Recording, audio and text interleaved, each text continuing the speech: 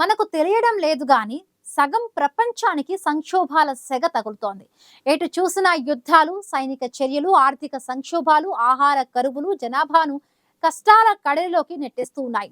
Hamas Israel పోరు, ఎర్ర సముద్రంలో హౌతీల క్షిపణి దాడులు, ఉక్రెయిన్పై రష్యా దాడులు, సూడాన్లో అంతర్యుద్ధం, మయన్మార్లో సైనిక పాలన, ఇప్పుడు భారత్ చేతిలో ఆపరేషన్ సింధూర్ పేరిట చావు దెబ్బతిన్న పాకిస్తాన్ యుద్ధం దాకా ప్రపంచం దాకా అనేక అలజడులు కొనసాగుతూ ఉన్నాయి. ఇక పోరాటాలు, యుద్ధాలు, ఉద్యమాలు, సైనిక చర్యలతో ప్రపంచం జనాభాలో సగం మంది సమస్యల సుడిగుండంలో చిక్కుకున్నారని అంతర్జాతీయ నివేదిక ఒకటి వెల్లడించింది.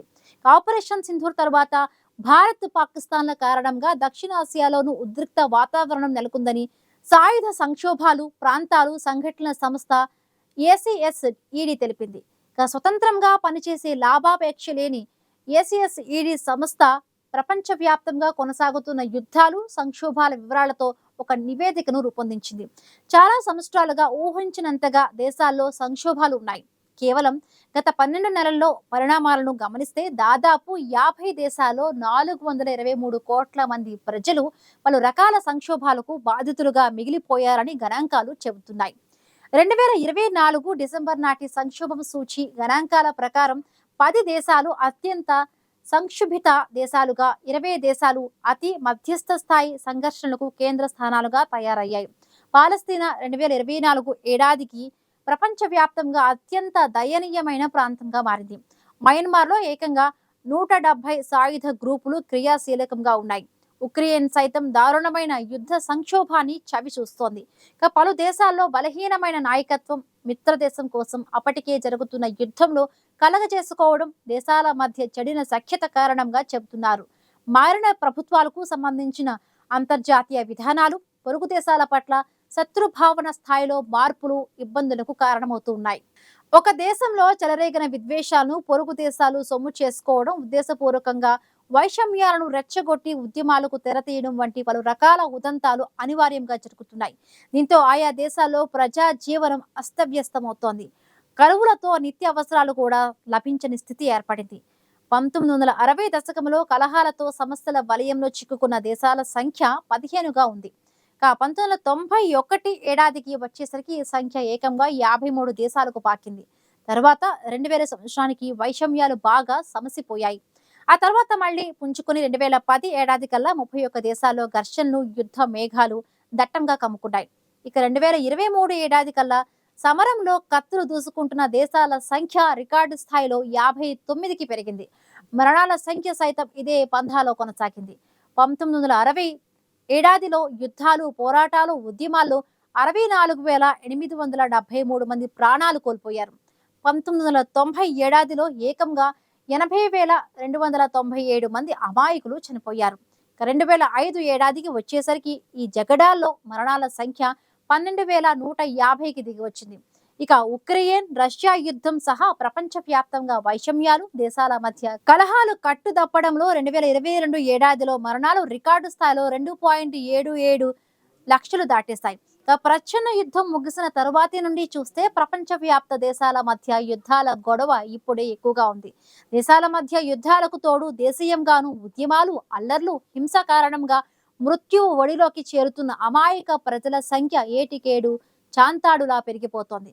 ఇప్పటికే సగం ప్రపంచ జనాభాకు యుద్ధాల వల్ల సెగ తగులుతోంది. ఈ విద్వేషాగ్ని ఇప్పట్లో చలేరలాగా కనిపించడం లేదు.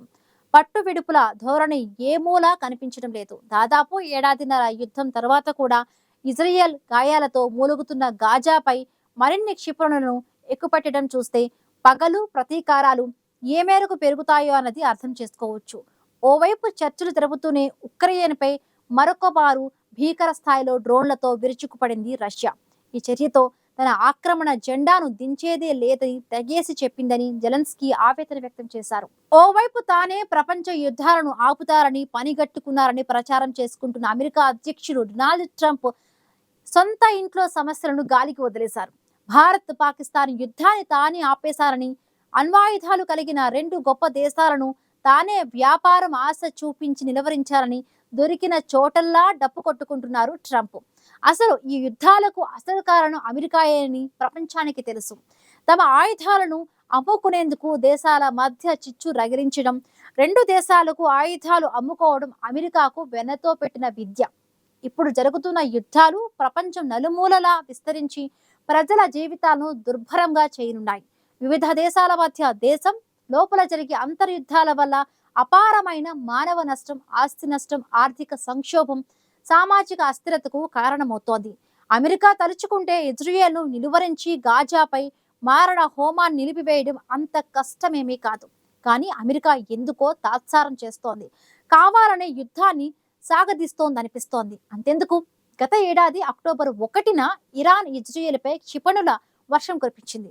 దాంతో రెచ్చిపోయిన ఇజ్రాయెల్ 100 ఫైటర్ జెట్లతో వెళ్లి ఇరాన్పై తీవ్ర ప్రతిదాడి చేసింది. అప్పుడు జరిపిన విధ్వంసం ఎవ్వరిని ఆశ్చర్యపరచలేదు. నిజానికి ఆ దెబ్బతో ఇరాన్ క్షిపణి తయారీ కేంద్రాలు మళ్లీ యథావిధిగా పనిచేయడానికి ఏడాది నుండి 2 ఏళ్ల సమయం పడుతుందని నిపుణులు అంచనా వేశారు. ఈ దాడులపై ఇరాన్ సుప్రీం లీడర్ ఖమేనీ స్పందిస్తూ తమ శక్తిని ఇజ్రాయెల్కు రుచి చూపిస్తామని ప్రకటించారు. అయితే ఎలాంటి దాడులు చేయకుండా సంయమనం పాటిస్తూ ఉన్నారు. అంటే రెచ్చిపోయే సమయం ఇది కాదని సుప్రీం లీడర్ భావించారు. ఈ నేపథ్యంలో రెండు దేశాల మధ్య పూర్తి స్థాయి యుద్ధం జరిగే ప్రమాదం కనిపించడం లేదు. ఇజ్రాయెల్తో పూర్తి స్థాయి యుద్ధానికి వెళితే ఎలా దెబ్బతింటామన్న విషయం ఇరాన్కు కూడా బాగా తెలుసు.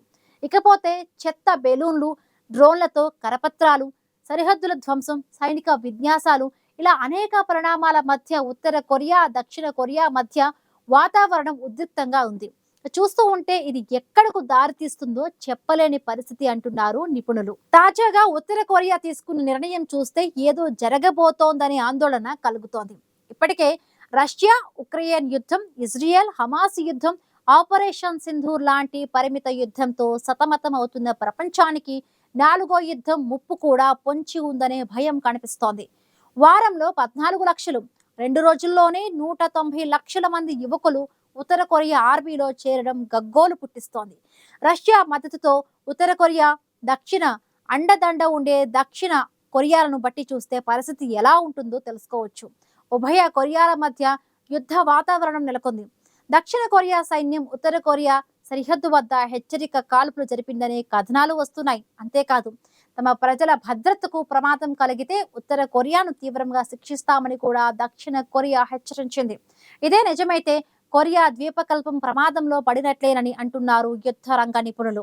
ప్రస్తుతానికి వస్తే ప్రపంచవ్యాప్తంగా జరుగుతున్న యుద్ధాలకు అమెరికాయే కారణమంటూ పాక్ మంత్రి సంచలన వ్యాఖ్యలు చేశారు. ప్రపంచవ్యాప్తంగా యుద్ధాలను ప్రేరేపిస్తూ అమెరికా లాభపడుతోందని పాక్ రక్షణ శాఖ మంత్రి ఖ్వాజా ఆసిఫ్ చేసిన వ్యాఖ్యలు ప్రస్తుతం తెగ వైరల్ అవుతూ ఉన్నాయి. కాంట్రవర్సీ వ్యాఖ్యలకు కేర్ ఆఫ్ అడ్రస్ అయిన ఖ్వాజా ఆసిఫ్ ఇప్పుడు మరొక కాంట్రవర్సీకి తెరతీశారు. ప్రపంచ వ్యాప్తంగా యుద్ధాలను రెచ్చగొడుతూ అమెరికా లాభాలను ఆర్జిస్తోందని అన్నారు. ఇందుకు సంబంధించిన వీడియో ప్రస్తుతం నెట్టింట వైరల్ గా మారింది. జనాలు ఈ వీడియోపై భిన్న అభిప్రాయాలు వ్యక్తం చేస్తున్నారు. గత శతాబ్దంలో జరిగిన యుద్ధాలన్నింటికీ అమెరికానే కారణమని పాక్ మంత్రి అన్నారు. గత 100 ఏళ్లలో అమెరికా ప్రపంచ వ్యాప్తంగా ఎన్నో యుద్ధాలను సృష్టించింది. వాళ్ళు 260 యుద్ధాల్లో పాల్గొన్నారు. చైనా కేవలం 3 యుద్ధాలను మాత్రమే చేసింది. ఈ యుద్ధాలతో అమెరికా లాభపడుతోంది. ఆయుధాలను అమ్ముకుంటూ అపారమైన సంపదను ఆర్జిస్తోంది. అక్కడి ఆయుధ తయారీ పరిశ్రమ చాలా శక్తివంతమైంది. ప్రపంచవ్యాప్తంగా వేళ్లనుకుపోయి ఉంది. అమెరికా జీడిపిలో అధిక శాతం ఆయుధ పరిశ్రమ నుంచే సమకూరుతోంది. అందుకే వాళ్ళు యుద్ధాలను రెచ్చగొడుతున్నారని ఖ్వాజా ఆసిఫ్ చేసిన కామెంట్ అమెరికా వైఖరిని స్పష్టంగా బయటపెట్టింది.